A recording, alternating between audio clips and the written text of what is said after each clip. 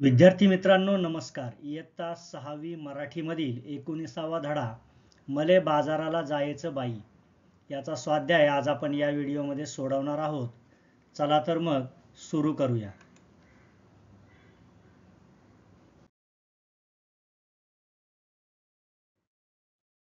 प्रश्न 1 आहे 3-4 वाक्यात उत्तरे लिहा. त्यामधील प्रश्न अ आहे बाजाराला जायचं नाही असे बाई का म्हणतात. उत्तर पाहूया. बाजारातून वस्तू प्लॅस्टिकच्या पिशव्यांमधून आणाव्या लागतात. वस्तू डब्यात भरून प्लॅस्टिकच्या पिशव्या फेकून दिल्या जातात. त्या गटारात अडकून नाले भरतात. रस्त्यावर पाणी येते. म्हणून बाजाराला जायचं नाही असे बाई म्हणतात. या नाटिकेमध्ये ज्या बाई आहेत त्या बाजाराला जायचं नाही असं सतत म्हणत असतात. ते असं का म्हणतात हे आपण या उत्तरामध्ये लिहिलेलं आहे.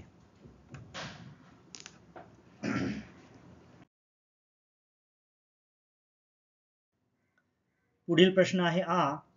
कॅरी बॅग इतरत्र फेकून दिल्याने काय घडते. उत्तर पाहूया.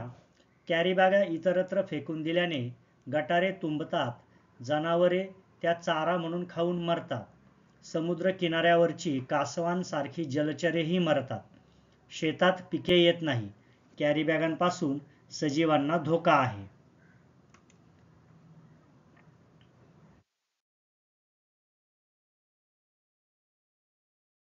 प्रश्न ई आहे बाईच्या हरणीचे मरण का ओढावले.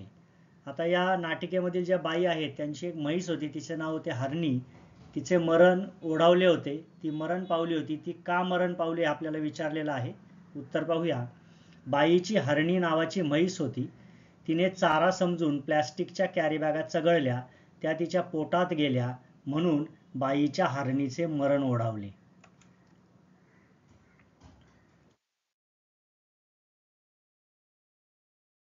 प्रश्न 2 आहे असे का घडले. त्यातील अ आहे काळी माय ओसाड झाली. काळी माय का ओसाड झाली म्हणजेच शेतजमीन ओसाड का झाली हे आपल्याला लिहायचं आहे. उत्तर पाहूया. नांगरलेल्या जमिनीतून प्लॅस्टिकची जाळी अडकते. शेतात पीक येईनासे होते म्हणून काळी माय ओसाड झाली.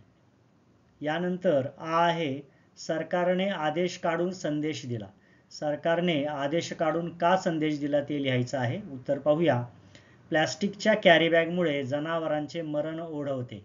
शिवाय सजीवांच्या जीवाला धोका उत्पन्न होतो म्हणून सरकारने आदेश काढून संदेश दिला.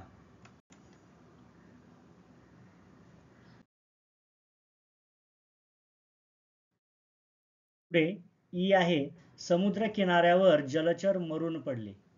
उत्तर पाहूया. समुद्रातील पाण्यात प्लॅस्टिकच्या कॅरी बॅगांचा विळखा बसला म्हणून समुद्र किनाऱ्यावर जलचर मरून पडले. पुढे ई आहे बाई बाजाराला जायला तयार झाल्या. उत्तर पाहूया. प्लॅस्टिकची पिशवी वापरायची नाही. त्याऐवजी कापडाची आणि कागदाची पिशवी वापरून पृथ्वीची काळजी घ्यायचे प्रतिज्ञापूर्वक ठरले म्हणून बाई बाजारात जायला तयार झाल्या.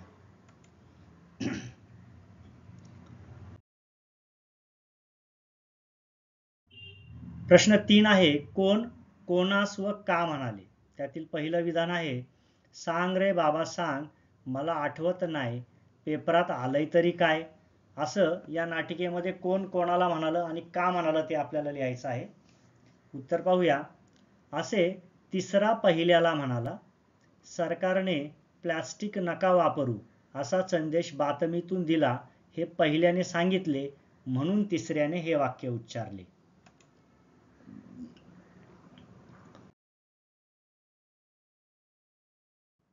यानंतर पुढील वाक्य आहे प्लॅस्टिकची जाळी वरती आली.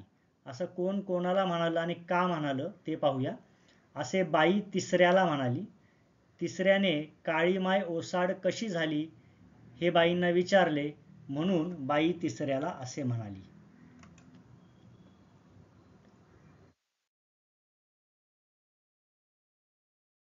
प्रश्न 4 आहे कोणकोणत्या प्लॅस्टिक वस्तूंचा पुन्हा वापर करता येईल याबाबत मित्रांशी चर्चा करा व त्याची यादी तयार करा. इथे अनेक प्लॅस्टिक वस्तूंचा पुन्हा वापर करता येतो. त्यापैकी काही वस्तू आपण इथे लिहिलेल्या आहेत. तुम्ही आपल्या मित्रांशी चर्चा करून ही आणखी यादी पुढे लिहू शकता. उत्तर पाहूया. 1. रिसायकलिंग करून औषधांच्या बाटल्यांचा पुनर्वापर करता येईल. प्लास्टिकच्या टाकाऊ वस्तूंचाही पुनर्वापर करता येईल. प्लास्टिक बॉटल्स, डबे यांचाही वापर करता येईल. याशिवाय आणखी बऱ्याच प्लास्टिकच्या वस्तू आहेत, त्यांचा आपण पुनर्वापर करू शकता. ते तुम्ही या उत्तरामध्ये आणखी पुढे लिहू शकता.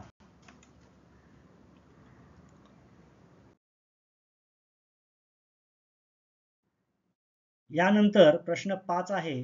तुम्ही किराणा दुकानात गेले असताना कापडी पिशवी घेऊन न येणाऱ्या काकांनी दुकानदाराला प्लास्टिकची पिशवी मागितल्यानंतर तुम्ही काका व दुकानदार यांच्यातील संवाद लिहा. इथे आपण किराणा दुकानात गेलेलो आहोत अशी कल्पना करायची आहे आणि तिथे एक काका खरेदीसाठी आलेत, परंतु ते प्लास्टिकची पिशवी मागत आहेत. अशा वेळी आपली दुकानदार व काका या तिघांमध्ये काय चर्चा होईल हे आपल्याला कल्पना करून इथे लिहायचं आहे. इथे तुम्ही तुमच्या मताने संवाद लिहू शकता. आपण एक नमुना म्हणून संवाद लिहिलेला आहे, तो पाहूया. काका म्हणतात दुकानदाराला, माझा किराणा माल झाला ना काढून, आता मोठी प्लॅस्टिकची पिशवी द्या. दुकानदार म्हणतात, थांबा हो, देतो. मी म्हणतो, दुकानदार काका, अजिबात प्लॅस्टिकची पिशवी देऊ नका त्यांना. काका म्हणतात, का रे बाळा, या वस्तू घरी कशाने नेऊ? मी प्लॅस्टिकच्या पिशवीचे जादा पैसे देतो हवे तर.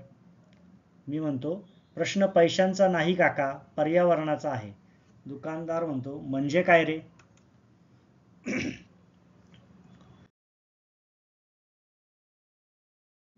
यावर मी म्हणतो, या प्लॅस्टिकच्या पिशव्या गटारात अडकतात, गटारे तुंबतात, रोगराई वाढते. काका म्हणतात, या पिशवीने काय आभाळ कोसळणार आहे? मी म्हणतो, तसं नव्हे काका, हे पहा, सगळ्यांनीच असा विचार केला तर मग अनर्थ होईल. काका म्हणतात, तो कसा रे बाळा? यावर मी समजावतो, काका, तुम्हाला माहीत आहे का, प्लास्टिक खाऊन गुरेढोरे मरतात, समुद्रातील जलचर मरतात, आपल्याला सुद्धा धोका निर्माण झाला आहे. काका म्हणतात, असे का? बरे, मग वस्तू कशात नेऊ? यावर मी म्हणतो, कापडी किंवा कागदी पिशव्या वापरा, मी तुम्हाला विनंती करतो. काका म्हणतात, पटलं बरं मला, आजपासून मी प्लॅस्टिक पिशव्या वापरणार नाही आणि दुसऱ्यांनाही पटवून देईन. दुकानदार, मला एक कापडी व एक कागदी पिशवी द्या. यावर दुकानदार म्हणतात, घ्या घ्या. मी म्हणतो, आभारी आहे काका, दोन्ही काकांचे आभार. त्यावर ते दोघे म्हणतात, तू कशाला आभार मानतोस, आम्हीच आभारी आहोत. अशा प्रकारे कल्पना करून आपण हा संवाद लिहिलेला आहे. इथे तुम्ही तुमची कल्पनाशक्ती वापरा व या संवादामध्ये बदल करून तुमच्या मतानुसार या संवादाचे पुन्हा एकदा छानसं लेखन करा.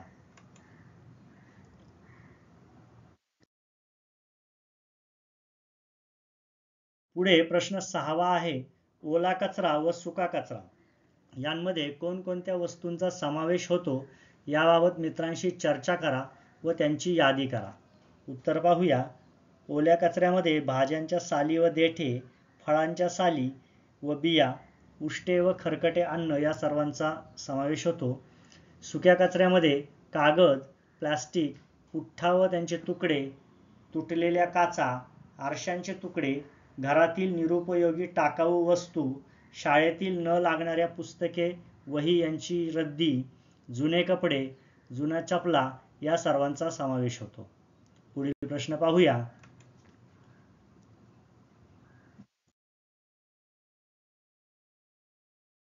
प्रश्न 7 आहे. प्लास्टिक पिशव्यांचा वापर बंद केल्याने कोणकोणते फायदे होतील याची कल्पना करा व लिहा. उत्तर पाहूया. प्लास्टिक पिशव्यांचा वापर बंद केल्याने पुढील फायदे होतील. 1. शहरांतील नद्या, नाले, गटारे तुंबणार नाहीत, त्यामुळे पुराची समस्या काही प्रमाणात कमी होईल. 2. जमिनी नापीक होणार नाहीत. 3. गुरांना प्लास्टिक खाण्यामुळे होणारा त्रास थांबेल. आणि 4. कचऱ्याची समस्या काही प्रमाणात कमी होईल. याशिवाय आणखी काही फायदे होणार असतील तर तुमच्या कल्पनेप्रमाणे तुम्ही यामध्ये लिहू शकता.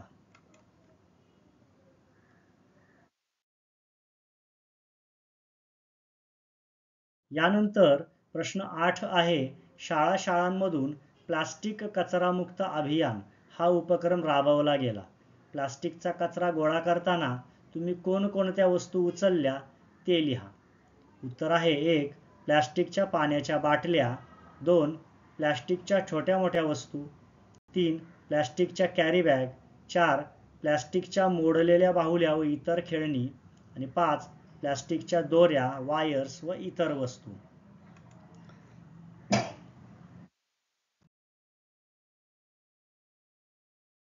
यानंतर खेळूया शब्दांशी हा भाग आहे. इथे आपल्याला काही प्रश्न दिलेले आहेत. त्यातील अ आहे खालील शब्द प्रमाण भाषेत लिहा.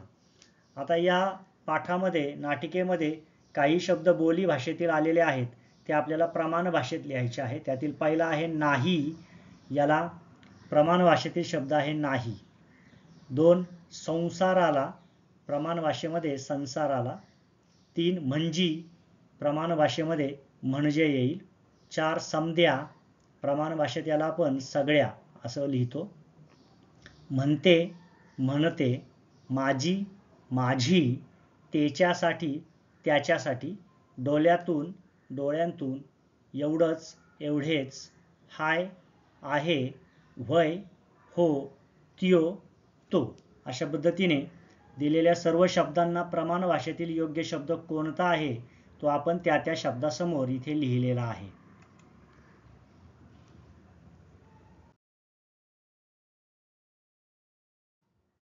यानंतर प्रश्न आ आहे खालील वाक्य वाचा. माझी आजी अंगठा बहाद्दर आहे.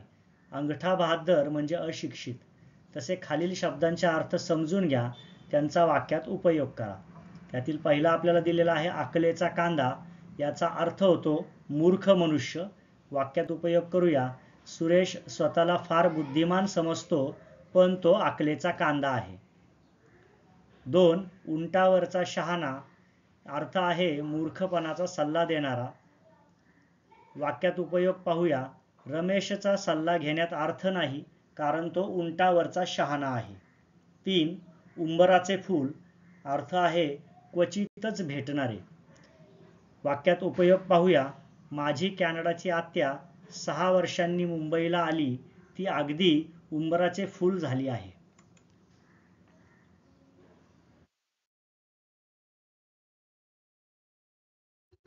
यानंतर चौथा शब्दसमूह आहे एरंडाचे गुऱ्हाळ. याचा अर्थ होतो कंटाळवाणे भाषण करणे. वाक्यात उपयोग करूया. माईक हातात आल्यावर चव्हाण सरांनी एरंडाचे गुऱ्हाळ लावले. यानंतर आहे कळीचा नारळ. याचा अर्थ होतो भांडणे लावणारा. वाक्यात उपयोग येईल. खेळ रंगात येताना चिडकारोहण कधी कळीचा नारद होईल याचा नेम नाही. पुढे आहे गळ्यात ताईत म्हणजेच अतिशय प्रिय. वाक्यात उपयोग पाहूया. घरातल्या सर्व नातवंडात सुजय आजीच्या गळ्यातला ताईत आहे.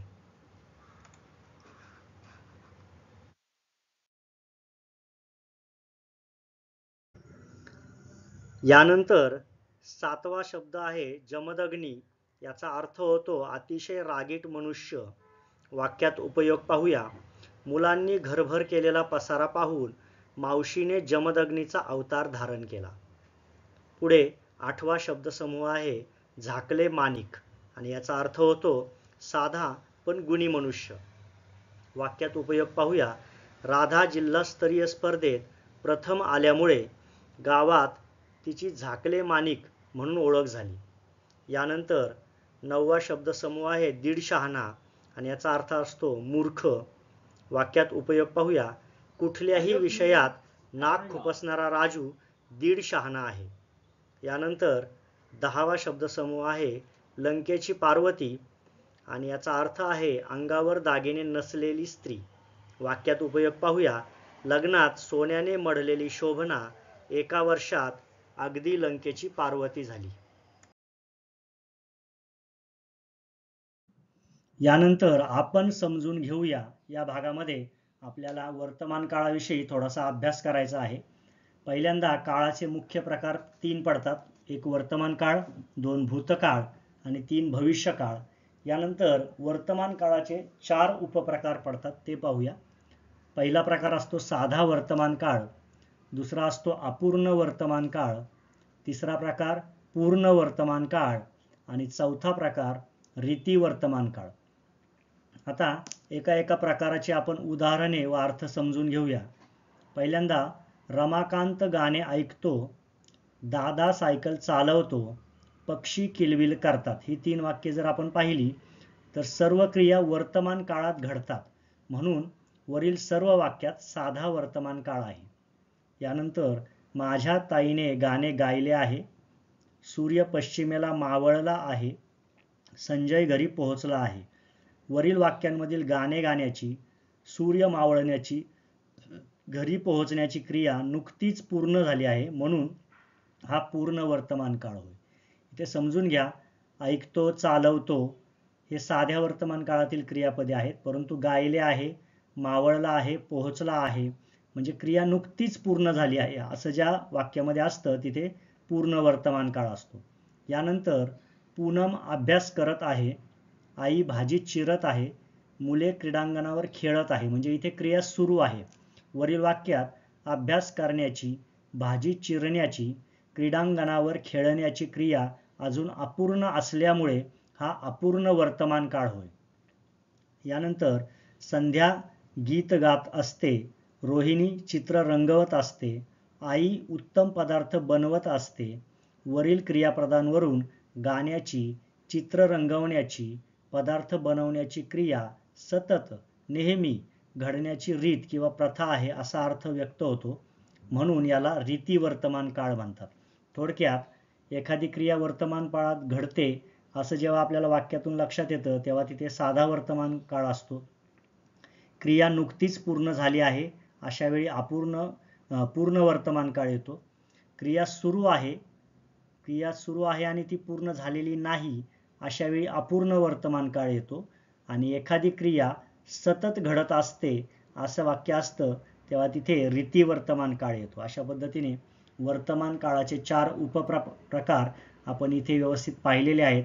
या सर्व वाक्यांचं व्यवस्थित वाचन करा, यातील फरक समजून घ्या आणि प्रत्येक काळाची काही वाक्य तुम्ही स्वतः बनवा म्हणजे तुम्हाला 4ही वर्तमान काळाचे प्रकार व्यवस्थितपणे समजून येतील.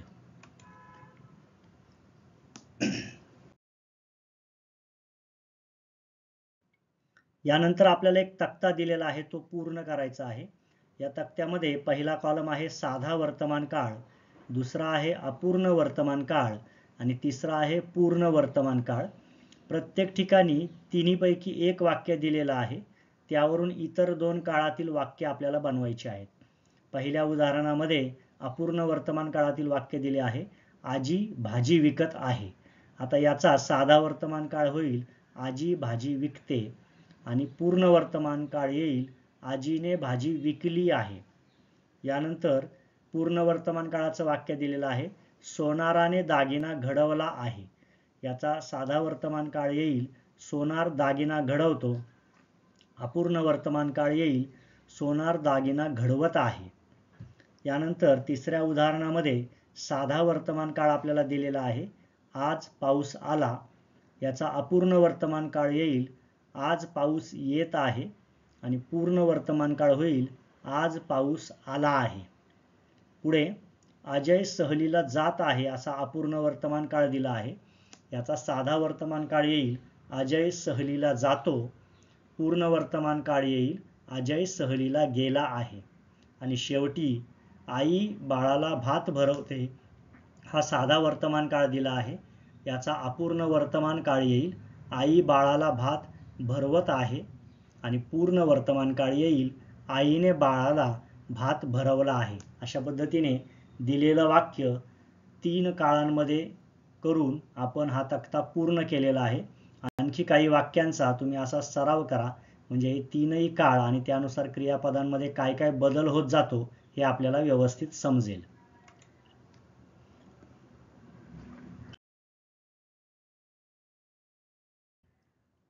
यानंतर आपल्याला एक चित्र दिलेलं आहे. चित्र बागेमधील आहे. बागेत काही मुले आहेत. बाकड्यावर एक कुटुंब बसलेलं आहे. त्या कुटुंबाने इतरत्र कचरा फेकलेला आहे, परंतु मुले कचरा जमा करत आहे, स्वच्छता करत आहेत आणि काही मुले बागेत खेळत आहेत असं हे चित्र आहे. हे चित्र पाहून आपल्याला काही फलक बनवायला सांगितलेले आहेत. आपण इथे फलक बनवलेले आहेत ते पाहूया. या फलकांवर स्वच्छतेशी संबंधित आपण काही वाक्य लिहिलेली आहेत. पहिला फलक बनवला आहे आपण, कुठेही कचरा फेकू नका. 2, पाणी वाया घालवू नका. 3, बागेची स्वच्छता राखा. 4, कचरा कुंडीत कचरा टाका. आणि 5, हसा खेळा व स्वच्छता पाळा. या ठिकाणी तुम्ही तुमच्या कल्पनेप्रमाणे परंतु चित्राशी संबंधित अशी घोषवाक्य तयार करून हे फलक लेखन करू शकता. यानंतर शेवटी आपल्याला दिलेलं आहे, खालील चौकटीत काही म्हणींचे अर्थ दिले आहेत ते वाचा. त्यावरून म्हणी ओळखा व लिहा. पहिली चौकट आहे, न आवडणाऱ्या माणसाने कितीही चांगली गोष्ट केली तरी ती वाईट दिसते, त्या व्यक्तीचे काम आवडत नाही. या अर्थाची मराठीमध्ये आपल्या एक म्हण आहे, ना आवडतीचे मीठ आळणी. या म्हणीचा हा अर्थ आहे. दुसरी माहिती पाहूया. एखाद्या माणसाला काम करता येत नसले की तो कारणे देत असतो, असा अर्थ असणारी आपली म्हण आहे, नाचता येईना अंगण वाकडे. तिसरा आहे, एखादी गोष्ट तत्काळ व्हावी याकरता काही लोक उतावळेपणाने जे उपाय करतात त्यांना हे म्हटले जाते. हा जो अर्थ आहे या अर्थाची म्हण आहे, उतावळा नवरा गुडघ्याला बाशिंग. आणि शेवटी आहे, जे समोर दिसते त्यासाठी कोणत्याही पुराव्याची गरज भासत नसते. हा जो अर्थ आहे या अर्थाची म्हण आहे, हातच्या कंकणाला आरसा कशाला. अशा पद्धतीने दिलेल्या अर्थांवरून आपण योग्य म्हणी निवडून चौकटीच्या जवळ लिहिलेल्या आहेत. या ठिकाणी पाठावरील संपूर्ण स्वाध्याय आपण पूर्ण केलेला आहे. स्वाध्यायातील सर्व प्रश्नांची उत्तरं आपण व्यवस्थितपणे पाहिलेली आहेत. या सर्व प्रश्न उत्तरांचा व्यवस्थित अभ्यास करा. व्याकरणाचा जो भाग आला आहे त्याचाही अभ्यास करा आणि हा स्वाध्याय सुंदर हस्ताक्षरात आपल्या वहीमध्ये लिहून काढा. आजचा व्हिडिओ या ठिकाणी पूर्ण होत आहे. धन्यवाद.